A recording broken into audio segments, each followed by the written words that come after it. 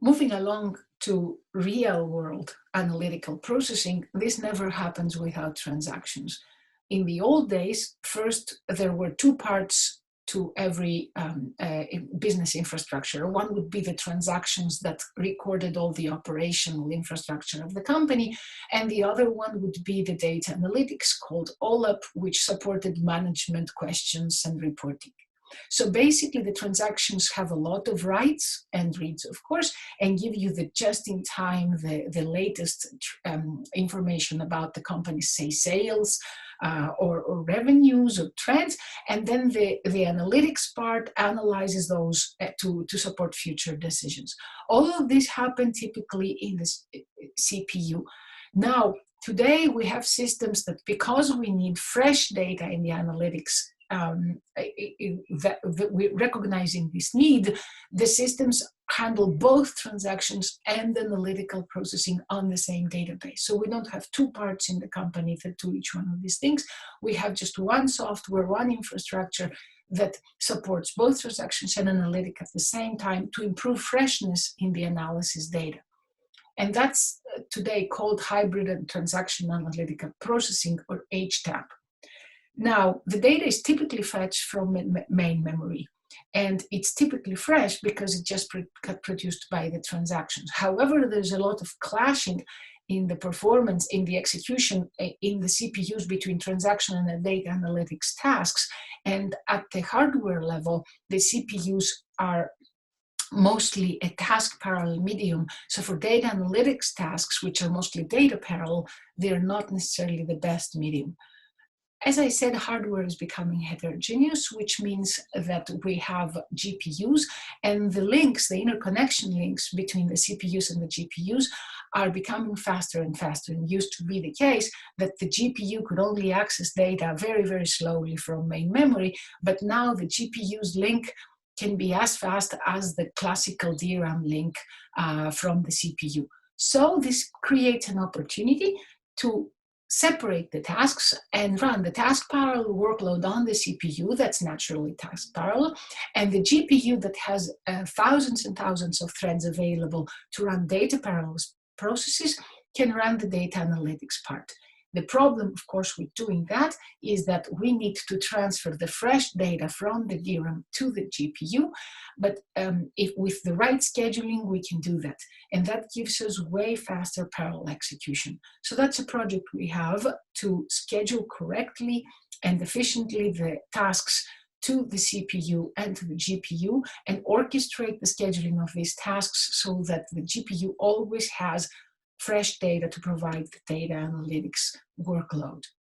None of this, however, can work without the right processing engine on top. And the engine must make decisions as to which operator will run on a CPU and which operator will run on a GPU. Now, if you have only one CPU and one GPU, that's not very difficult.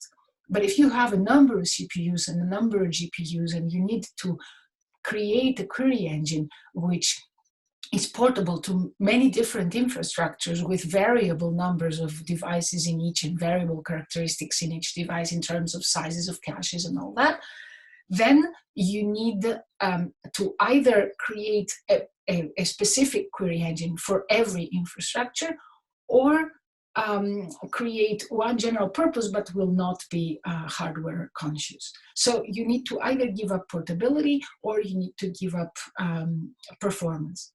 Or can we do better? Well, it turns out that we can, because we can abstract at 3 dimensions again, but at the lower level this time, where we can do different things for assuring that the operator itself, the query operator itself, like the filtering operator, the scan or the join, does the right thing, takes advantage of the right way of the resources of each device. Then that each device handles the different operators correctly, and that's the intra-device part. So many operators that run on one device cooperate correctly, and then we can have multiple devices working at the same time, and the jobs are routed correctly to each one of the devices in real time. Now, to do that, we need just-in-time routing and just-in-time mapping from the software to device characteristics. And we have a project that's called Head Exchange that creates query engines that do this kind of just-in-time mappings. Just to give you a little bit of an idea how well that works, if you plot the total execution time of a workload that runs on CPUs, and on the left-hand side, with the dotted bar, I have a CPU based system that's commercial, whereas on the right-hand side here with the solid bar, I have a CPU system that's prototype and that's ours, and it's with just-in-time code. We can execute our workload in like 150 seconds. Then we have a GPU-based infrastructure. Again, the same way, this is a prototype, this is our own GPU infrastructure, and then this is a commercial GPU-based query engine. And you can see here that the just-in-time infrastructure for the GPU already does a lot better than the commercial engine, just because it makes the decisions in close collaboration with the GPUs, and then the data parallel workload becomes a lot more efficiently. And of course, if you can use both of them together, you can do a lot better with the hybrid line here, which beats always both the CPU or GPU based systems, prototype or commercial. So hybrid's always faster, and just in time gives us a big head start here when it comes to being adaptive but also performant on different devices. So here's the picture that I showed before about the data virtualization layer that masks the differences amongst different data formats and makes the data look the same to every application. And now you can see that we do the same thing with the devices as well. So we have a hardware virtualization layer with those three axes that I just showed, which hides the differences between variable kinds of devices, in this case CPUs and GPUs, and allows us to virtualize not only the data differences, but also the hardware characteristics that vary from one device to the other. And both of these layers are implemented using just-in-time code generation.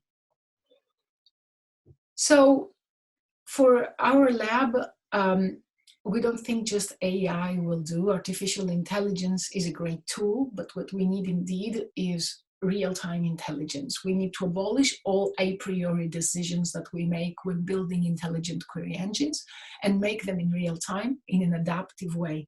And that includes all of the dimensions of the variety, data cleaning, data format variety, to create elastic query engines that can work in a standalone or a distributed infrastructure. We need to address problems that have to do with the data, with the workload, but also with the variability in the hardware.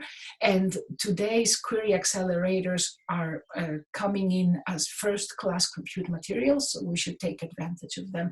And that's why hardware-aware data management becomes very important. So our lab builds lean and agile data systems that self-generate according to the task at hand. If you have any questions, please feel free to visit our website or email me, and we all look forward to hearing from you. Thank you very much for your attention.